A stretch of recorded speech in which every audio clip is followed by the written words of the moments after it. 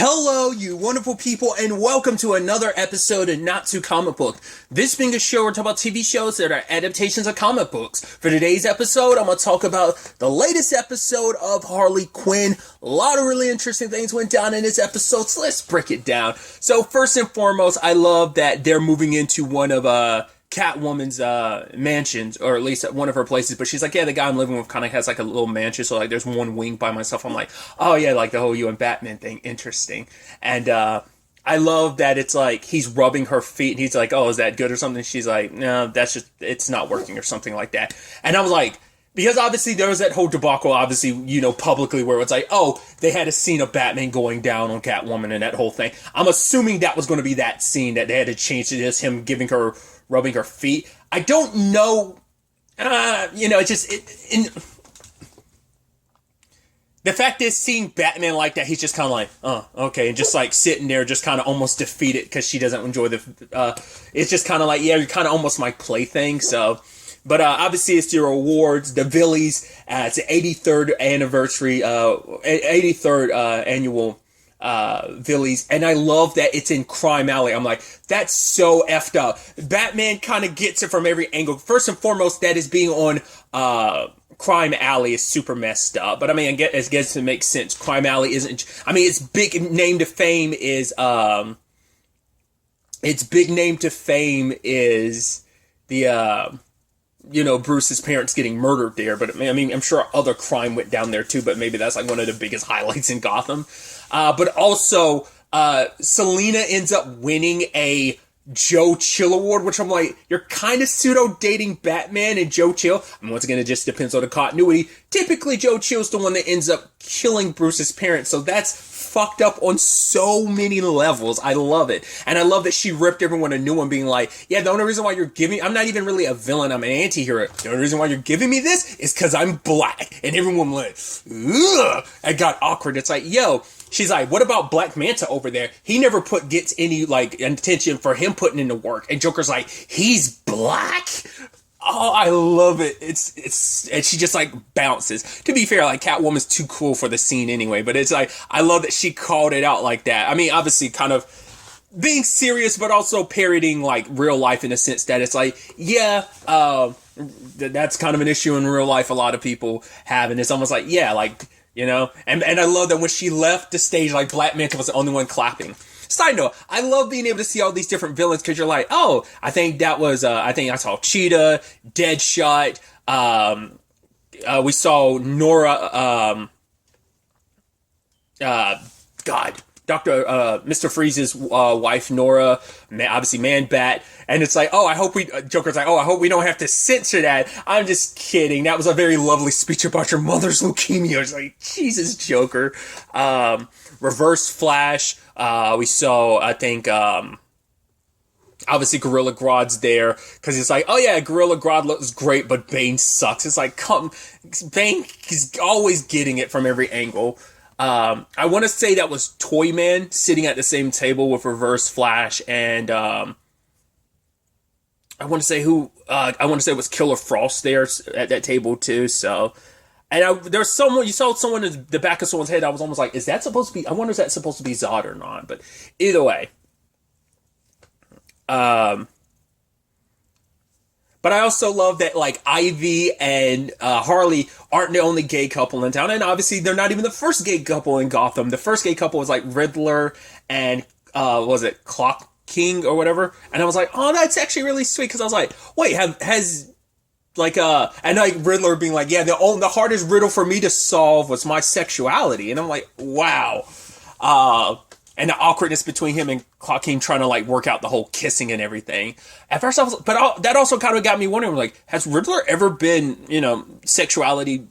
I've never known if Riddler's ever had an SO in the comics. Because my first experience with any like situation with Riddler, it was Penguin that was in love with Riddler in Gotham. And I'm like, well, Ivy and Harley have been a thing in the comics, but I'm like, I was wondering, like, I feel like Gotham's the only one that's ever done it, but maybe that's also in the comics. I don't think I've ever seen this. I mean, I only knew about the Ivy and Harley thing because of the show, and then I found out after the fact, it's like, oh yeah, that's a thing that's been in the comics for a while. I was like, oh, okay. So, I don't know. I just thought that was kind of interesting. I was like, hey, and kind of leaning into like, but I mean, it wasn't like at least in Gotham, it wasn't like mutual, like Penguin's feelings for Ed were, Riddler, but it was nice. And poor Ivy, like, obviously, like, this isn't her scene. She's working on her, trying to work on perfecting her formula. I'm like, are we not catching up with that Frank thing? Like, I guess he's just off on his own because he's not staying in a house with them. And poor King Shark, that's going to be a terrible house to live in because they love fish, because there's that whole fridge full of sushi that's just for them. So, I also love, circling back to the Thomas Wayne movie, the Wayne's movie. It's got Billy Bob Thornton as Thomas Wayne. I was like, dude, that's so. And Clayface trying to like get some acting tips from him and stuff like that.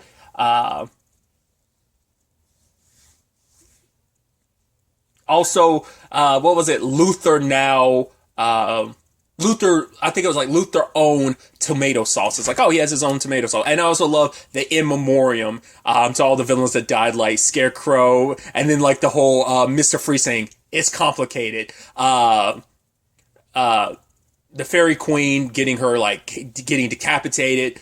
Penguin getting stabbed by a bat. I murdered, like, I love it. It's like, oh, in memoriam. I'm like, really, are those the only villains that have died?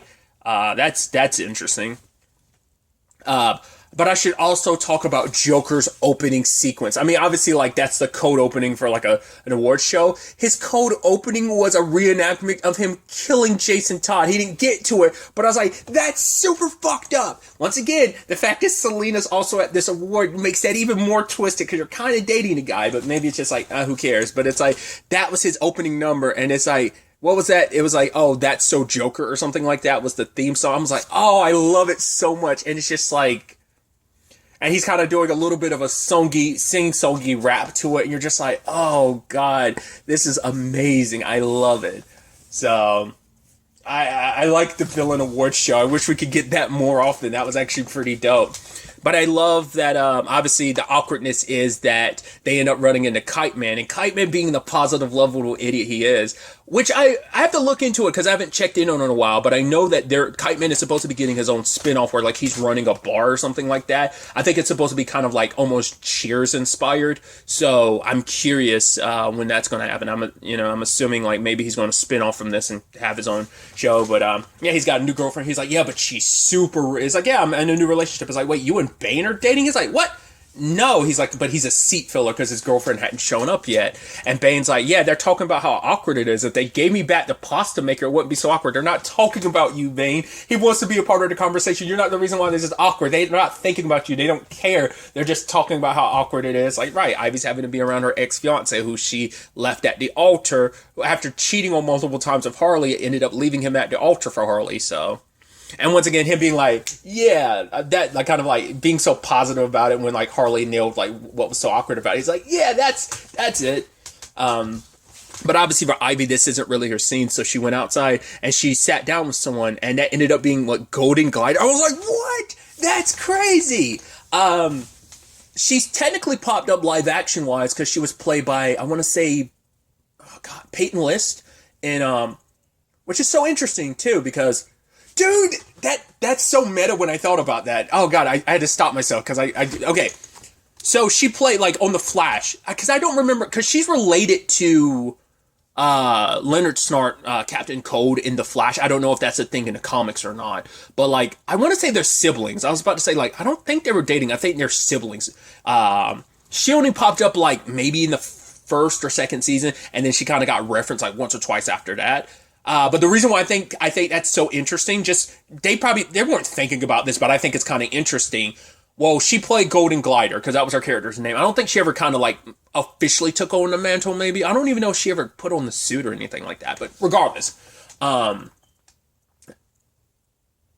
swear that was, like, her character's, like, moniker, but I don't remember she ever really got to use it.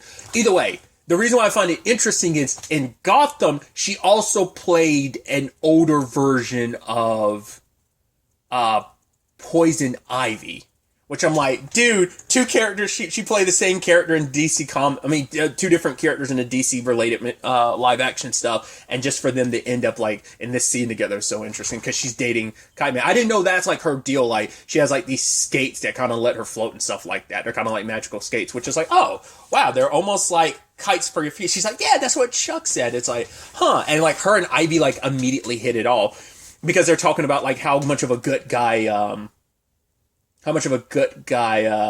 Kiteman is, and it's like, yo, he's yeah, like, oh, he loves onions. Like, they're like second to kites. It's like, yeah, but because I hate onions, he took him out. It's like, yeah, it must have been like when he was with you, like anytime he made the chili, he'd take the meat out, you know? And it's like, oh, because Chuck is like legitimately, Kiteman's a good guy. And it's like, yeah. And you're like, right, let's put our bullshit aside. We're here for our significant others. Obviously, you care a lot about Chuck, and he's a really good guy. And obviously, I'm here for Harley. So yeah, this might not be our scene. We might be awkward and, you know, but let's not let this awkwardness ruin like us being there for our significant others. Let's kind of put our stuff aside. I was like, I like that. I could definitely see them like, because even he was like, yo, I think you guys would get along, and they get along smashingly. So I thought that was sweet. While at the same time, Harley is trying to rig the votes in her favor because she found out Riddler and Clock King, not to be confused with Cock King, who's dressed up in a chicken suit, got like the best, I guess, like maybe like the award he got was kind of like a double entendre, like, oh, like your whole shtick, your whole deal, like he got an award for that. Either way, also that dude with the cannon for a penis, it's like, oh yeah, I mean, it's not like everyone here has been saying that you're overcompensating for something, and the cannon's like kind of pointed straight, and then it kind of just like dips down. I was like, ah, you poor bastard. But anyway, Harley found out that they were like rigging the votes, so she tried to do it herself. I love that the person protecting the votes is a android, and she's like, "Wait, do androids even piss? Why are you coming?" I guess it was leaking oil or something, or maybe it's like very like meant to be lifelike, so it does pee. I don't know. Maybe it's supposed to be very like Westworld-esque, like with the hosts and stuff, right? Maybe it's supposed to be kind of similar in that regard. It turns into a whole tussle in the bathroom. And then they ended up like that. She's like, "Oh, get out of here, invisible kid." He's like, "I'm the imperceivable or something like that, man." And he left, and she's like, "Ew." He left with gross. He left without even washing his hands. But yeah, she got the votes, but before she could even see it, the android ate the votes. So, but I loved Kiteman coming in there, he sees like the debacle that went down in the bathroom. He's like, no, like he's like, I'm actually really lucky to have dated Ivy. He's like, yeah, I went to like a thing, you know, for D-listers, and apparently the guy with the penis cannon is a guy that apparently Kiteman lost to. It's like, you're a winner in my books, Kiteman. You're my favorite D-lister.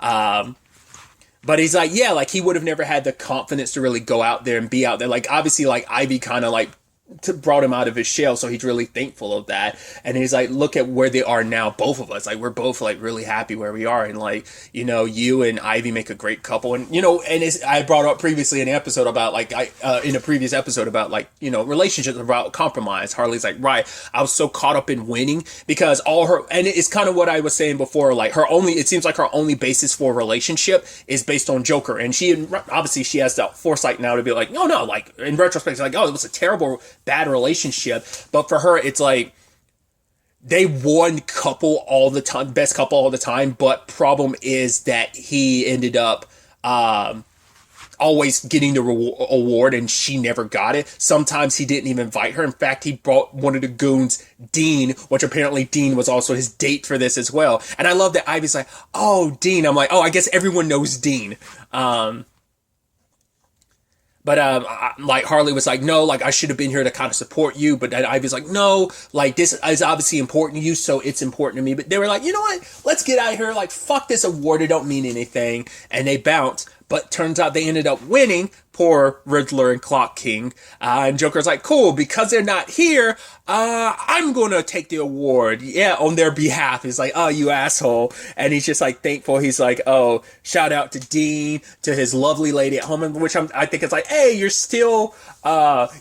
guys are still together. You're still kind of a pseudo stepfather. I love that. And it's like, yeah, this is for you kids. And I love it. That's awesome.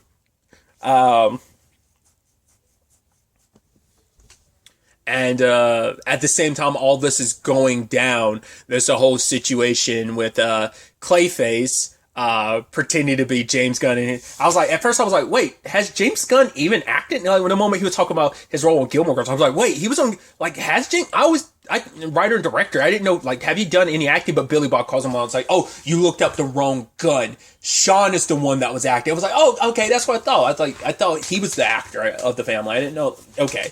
But it's like, oh, but Billy Bob was like, you know what? I see the hunger in your eyes. I'm gonna help you out, kid. And then he immediately gets killed. And then you have King Shark coming over, killing the tiger, and it's like, oh, poor Billy Bob is dead. And he's like, well, you could impersonate Billy Bob, but I mean, obviously that'd be such a commitment, and obviously you have a lot of free time, and you're important. I'm sure you have a lot of important stuff to do. But he's like, nah, I'm gonna double down on this, and he's going to pretend to be Billy Bob Thornton going forward. So, because obviously for him, it's like it's an opportunity to be a part of something. Now you're going to be the potentially leading man in this $1 billion franchise. I wonder if that also supposed to be kind of a joke to some extent, because it's like, right, because DC in general could be like $1 billion franchise stuff. But also I think maybe it's like, well, because like Joker made $1 billion, I wonder if there's supposed to be some correlation there. Maybe I'm overthinking it, but still. So that's definitely going to be interesting to see how that plays out. But I'm excited as we continue everything with Ivy's plans of terraforming and everything, and see where things end up taking us going forward from here. But really, that's all I wanted to talk about. Till the next time we meet, be happy, be safe, live life to the fullest, and enjoy it. Good day and goodbye.